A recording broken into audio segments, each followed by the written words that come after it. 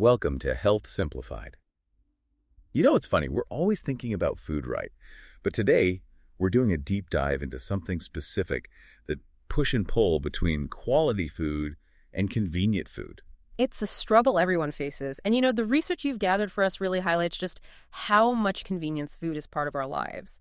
Did you know that most U.S. households are getting over 75% of their calories from stuff that's highly processed, ready to eat, ready to heat, that kind of thing? Wow, 75%. That's a lot. It's kind of setting the stage for this whole conversation, isn't it? But before we get too far, maybe we should define what we even mean by processed food. Feels like everyone's using that term, but it's not always clear. Yeah, it gets thrown around a lot. The official U.S. government definition is basically any food that's been changed from its raw agricultural state. So that's a huge EE range. So like frozen broccoli is technically processed, but so is a bag of chips. Okay, so it's not so simple. There must be different levels of processing, right? Exactly. It's a spectrum. Think of it like this. On one end, you've got minimally processed stuff, pre-washed salad, frozen fruit, barely changed, keeps most of its nutrients. Okay, makes sense. Yeah. What's next on that spectrum? Then you move into more moderately processed foods, things like canned tomatoes, jarred pasta sauce. They might have some added ingredients for flavor preservation or just to make them easier to use. But they can still be part of a healthy diet, right? Absolutely. It's the other end of the spectrum we need to watch out for. That's where you find those highly processed foods. Lots of ingredients, often formulated in factories. Ah, okay. Those are the ones we're probably thinking of when we hear processed food, packaged snacks, sugary drinks, a lot of those ready-to-eat meals. Exactly. And often those are high in added sugars, unhealthy fats, and too much sodium. So processing and convenience, they're related, but not always the same thing. You got it. Take canned beans, for example. Processed for preservation, but you still got to cook them. A microwavable meal, though, that's both processed A&D, designed for ultimate convenience. Okay, so back to that 75% of calories coming from highly processed stuff. What kinds of foods are we actually talking about here? What are people eating? The research points to things like refined bread, grain-based desserts, think cookies, cakes, that sort of thing. And of course, sugary drinks. These are often the biggest sources of calories in the American diet. Makes you think, doesn't it? Oh. But okay, let's talk about the nutritional impact of all this processing. Is it all bad news? It's not about saying all processed food is bad, but it's important to remember that the more processed a food is, the more likely it is to have things like extra saturated fat, sugar, and sodium. So it's increasing the chances that we're going overboard on those things we're supposed to limit. Right. One study even found that almost 95% of highly processed food purchases had at least one of those things, saturated fat, sugar, or sodium, above the recommended levels. 95%, that's a lot. So Yeah. Convenience is great, but it sounds like we need to be really careful about what we're choosing. Absolutely. Reading those labels, comparing different brands, those little things can make a big difference. Okay, so we've established that highly processed, convenient foods often come with those nutritional downsides. But let's be real, they're popular for a reason. Why are we so reliant on them? It's not just about the convenience factor, right? Well, think about it. Busy lifestyles, everyone's working, juggling families. Time is precious. I hear that. Some days, a quick meal feels like the only Y option. Right, it often comes down to practicality. But it's not just individuals being busy. There are bigger societal trends at play, too. Fast food restaurants are everywhere. It's so easy to grab a quick, cheap meal. And more people are living in cities, maybe in smaller spaces, without big kitchens. It's not always easy to cook elaborate meals. Exactly. Plus, you can't forget about online grocery shopping and all those meal delivery services. So easy to get those pre-made meals or meal kits delivered right to your door. It all adds to the appeal, doesn't it? So are there certain groups of people who rely on convenience foods more than others? Well, younger people often do. Maybe they're just starting out, working long hours, haven't quite mastered those cooking skills yet. And people with full-time jobs, especially those with demanding schedules, they often rely on convenience foods too. It just makes life easier. I can definitely relate to that. But, when we're talking about food that's prepared in advance, it makes me think about safety. Are there risks with convenience foods that we should be aware of? Absolutely. When you're dealing with food that's made ahead of time and doesn't need much handling by the consumer, those hygiene and safety protocols become really, really important. Okay, that makes sense. Especially with things like salads or sandwiches, those ready-to-eat things. Right. Unlike a frozen meal that you cook yourself, those ready-to-eat foods haven't had that final kill step to eliminate bacteria. So making sure they're safe throughout the whole process, from production to distribution, is crucial. So where do we even start with preventing those risks? What are the key things that need to happen to make sure these convenience foods are safe to eat? Well, it starts at the very beginning with the ingredients themselves. Ensuring everything that goes into those products is high quality and safe is super important. For example, think about all that fresh produce used in pre-cut salads or sandwiches. Yeah, I never really think about where those ingredients come from. Well, they need to be thoroughly washed with clean water to get rid of any harmful microbes that could be hanging out on the surface. If they don't do that, it's easy to introduce contamination. So it's about those early steps, the foundation of the whole process. What about during the actual production process? What are the key things to focus on there? Preventing those microbes from growing is a major concern, especially with sliced ingredients that aren't cooked or have preservatives added. Those need to be handled really carefully. So like extra precautions to avoid contamination. Exactly. And temperature control is super important, especially for ready-to-eat items that need to be kept cold. Maintaining that cold chain from the factory to the store to your fridge is crucial. It sounds pretty complicated, like a lot of things could go wrong along the way. There are definitely a lot of moving parts. But don't forget, the consumer plays a role too. Proper handling and storage at home are the final link in that chain. Okay, so it's a team effort. What are some things WE can do as consumers to minimize those risks when we're choosing and handling convenience foods? First of all, be a smart shopper. Choose brands that you trust, ones that use good ingredients and have a good reputation for safety. So, doing a little research. It's worth it. And always check those use-by dates. Make sure the packaging isn't damaged. Those are easy things to overlook, but they can make a big difference. Okay, so we're being mindful, not just grabbing the first thing we see. What about once we get those convenience foods home? Storage is key. Don't leave perishable items out on the counter. Get them into the fridge or freezer right away. And always, always follow the cooking instructions. So even though it's convenient, we still need to treat it with care. Exactly. And, of course, basic food safety rules always apply. Wash your hands before handling any food, no matter where it came from. Makes sense. It feels like those basic things are even more important with these ready-to-eat foods. We're really trusting that everyone else in the process has done their part to keep things safe. That's right. It's a shared responsibility, but we as consumers have that final, crucial role to play. Okay, so we've talked nutrition, we've talked safety, but there's another layer to this whole convenience food thing, isn't there? What about the social and economic side of things? How do those factors play into our food choices? I'd love to dig into that a bit more. Absolutely. There's a lot to unpack there, and it's really important to understand how those factors, things like age, income, even where you live, all play a role in shaping what we eat.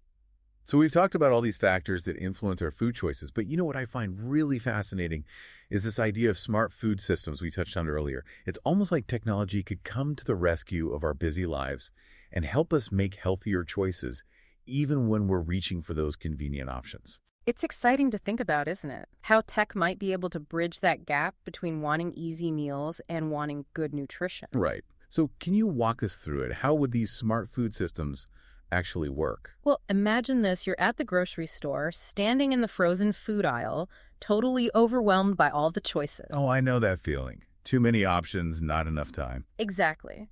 But what if, instead of trying to decipher all those tiny labels, you could just pull out your phone and open an app? Okay, I'm listening. So it's like a grocery shopping app, but smarter. Way smarter. This app would already know your dietary needs. Let's say you're watching your sodium intake, or maybe you need extra protein in your diet. That's already helpful. But what makes it a smart system? What's the magic? Well, it's not just about counting calories or giving you generic advice. It's personalized.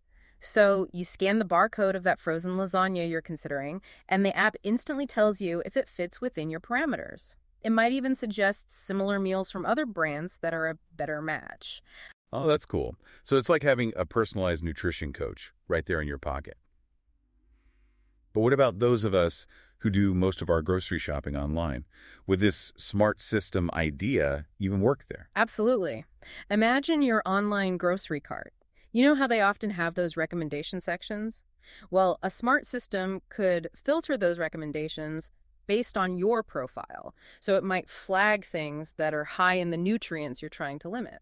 That would be so helpful. It's like having a little guardian angel looking out for you, even when you're shopping from your couch. Exactly. And it could even suggest swaps like, hey, instead of this white bread, how about this whole grain option? Or this brand of yogurt has less sugar than the one you usually buy. Okay, I'm really starting to see the potential here. Yeah. It's not about eliminating convenience, it's about making smarter choices within that world of convenience foods. You got it. And think about this. What if your meal delivery apps could do the same thing? Suggesting restaurants or dishes that fit your dietary needs, maybe even flagging healthy modifications you could ask for. Oh, wow, that would be game-changing. It's like taking all the mental effort OUT of trying to eat well, which, let's face it, is a huge part of why we reach for convenience foods in the first place. Exactly. It's about making healthy choices the easy choices. And it's not just about individual benefit either. Oh, right, we talked about that earlier, how these smart food systems could have a bigger impact. Right. Think about communities with limited access to fresh food. These systems could offer recommendations tailored to what's available locally. Maybe even combine that with incentives or discounts to make those healthier options more affordable. That's what I call a win-win, using technology to actually make a difference in people's lives. But you mentioned earlier that older adults could particularly benefit from these systems. I'm curious to hear more about that. What makes their needs unique? Well, as we age, our nutritional needs often change. We might need more protein, fewer calories, or specific vitamins and minerals. But at the same time, cooking can become more challenging. Yeah, it's like all that experience in the kitchen suddenly doesn't feel as effortless as it used to. Exactly. Mobility issues, difficulty with meal planning, even just the effort of getting to the grocery store can be a barrier. So for older adults, could these smart food systems be like having an extra layer of support? Exactly. Imagine an app that suggests meals that are easy to prepare and meet their specific dietary needs. Or maybe it connects them with meal delivery services that cater specifically to seniors. It's almost like a virtual caregiver, making sure they're getting the nourishment they need. And it doesn't have to stop there. What if that same system could connect them with grocery delivery services or even social dining programs to combat loneliness? Oh, I love that. It's about so much more than just the food itself. It's about creating a whole support system. But okay, I have to ask, this all sounds incredible, but I always get a little wary when technology seems like the solution to everything. Are there downsides to these smart food systems that we should be considering? You're right to be cautious. Any new technology comes with its own set of challenges, and in this case, I think data privacy is a huge one. Yeah, that was my first thought too. If these systems rely on knowing so much about us, our diets, our health, how do we make sure that information is being used responsibly? That's the question. We don't want our dietary needs becoming just another product to be bought and sold, right? Exactly. It's a tricky balance. We want the convenience and the personalized help, but not at the cost of our privacy. And then there's the issue of access. Not everyone has a smartphone or reliable internet access. So how do we make sure these smart systems don't end up widening existing inequalities? Right, like a digital divide when it comes to food. The people who already have resources benefit the most, while others get left behind. It's something we have to be mindful of. And of course, there's the cost of developing and implementing these systems. Finding ways to make them affordable, maybe through public-private partnerships or government subsidies, is going to be essential if we want them to be accessible to everyone. These are all really important points, and it seems like there's so much potential for good, but also potential for harm if we're not careful. Absolutely. And as we start to explore solutions and figure out how to implement these systems responsibly, it's crucial to remember that technology is a tool, not a cure-all. We can't forget about the human element. So what do you mean by that? Well, even with the best technology in the world, we still need to promote things like cooking skills, nutrition education, and a genuine love of good food. Oh, so you're not saying we should all become gourmet chefs. Not at all. But having at least some basic cooking skills can be incredibly empowering. Even if you only cook a few times a week, it gives you more control over what you're eating and helps you appreciate the process. It's like having a deeper connection to your food, understanding where it comes from and how it nourishes your body. Exactly. And even if you rely on convenience foods most of the time, having that knowledge can help you make smarter choices. Knowing how to read a label, understanding basic nutrition, these are skills that will always be valuable no matter how our food system evolves. So it's not about rejecting convenience. It's about empowering ourselves with knowledge and skills to make those choices consciously. Well said. And that brings me to something I feel really strongly about. This idea that convenience food is inherently B A. It's so easy to fall into that all or nothing thinking. It's like we demonize entire categories of food without acknowledging that there's a lot of nuance within them. Exactly. Remember that spectrum of processing we talked about earlier? Well, some convenience foods are actually surprisingly nutritious, while others are loaded with all the stuff we should be limiting. So it's about being a smart consumer, not a fearful one. Exactly. Read those labels, compare ingredients, think about your own needs and goals. Don't just write off an entire category of food because it has the word convenience in it. Okay, that's a really good point. But what about the flip side of that? This idea that cooking from scratch is the only way to eat healthily. That can feel so overwhelming and unrealistic for a lot of people. It's definitely a myth that needs to be busted. While home cooking has its benefits, it's not always feasible or even desirable for everyone. Time constraints, limited cooking skills, even just a lack of interest. These are all valid reasons to rely on convenience food sometimes. Yeah, I think a lot of us feel that pressure to be the perfect home cook, like we're failing if we don't make everything from scratch. But in reality, it's about finding what works for you in your lifestyle. Exactly. There's no one right way to eat. And there are so many ways to combine quality A&D convenience. Maybe you batch cook grains or beans on the weekend so you have easy meals during the week. Or maybe you rely on convenience foods for lunch but make dinner a time for family cooking and connection. It's about finding a balance that feels good and sustainable for you. But before we wrap up this part of our conversation, I have a question for you. What's one thing you want our listeners to ponder as we move into the final part of our deep dive? Okay. Here's one that's been on my mind a lot lately. As these smart food systems get more sophisticated, how do we balance their potential for good with the very real potential for manipulation? Think about it. These systems could subtly steer us towards certain brands or products, even if there are healthier, more affordable alternatives out there. It's something we need to be really mindful of. That's a big one. It's like we're giving these algorithms power over our plates. Right, and it's not an easy question to answer. So as we move into exploring potential solutions and strategies in the next part of our deep dive, I think we need to keep that ethical dilemma front and center. How do we embrace the convenience these systems offer without sacrificing our autonomy and our ability to make truly informed choices? That's the million-dollar question, isn't it? And it's Yeah. one I think we all need to be grappling with. So we're back, and that question you left us with about the potential for manipulation with these smart food systems, it's a bit unsettling, to be honest. It's something we can't ignore. I mean, we're talking about systems that could, even with the best intentions, end up subtly pushing us towards certain products or brands, maybe not always the best choices for us. It's almost like subliminal advertising, but for food. Like you Oh. think you're in control, but really, these algorithms are pulling the strings. That's a great way to put it. And that's where those bigger questions come in the ones about regulation and ethics. Do we need rules about how these systems are designed to make sure they're truly working in our best interest? And how do we guarantee transparency so we as consumers understand how those recommendations are being made? It feels like we're just scratching the surface of this stuff, As these technologies become more and more part of our lives, these are the conversations we have to be having. Absolutely. But while those bigger picture things get sorted out, there are things we can do as individuals right now to make sure we're not just passively following whatever these algorithms tell us. Okay, so let's talk empowerment. What can we do to take back control, even when we're using these smart systems? Well, first and foremost, just being aware is huge. Understanding that these systems exist, that they have the potential to influence our choices, that's the first step. So not just assuming the app is always right, even if it's personalized. Exactly. Treat those recommendations as a starting point, but do your own digging. Read those labels, compare ingredients, check out reviews, and most importantly, think about your needs and budget. Don't let the algorithm do your thinking for you, basically. Right. Knowledge is power, as they say.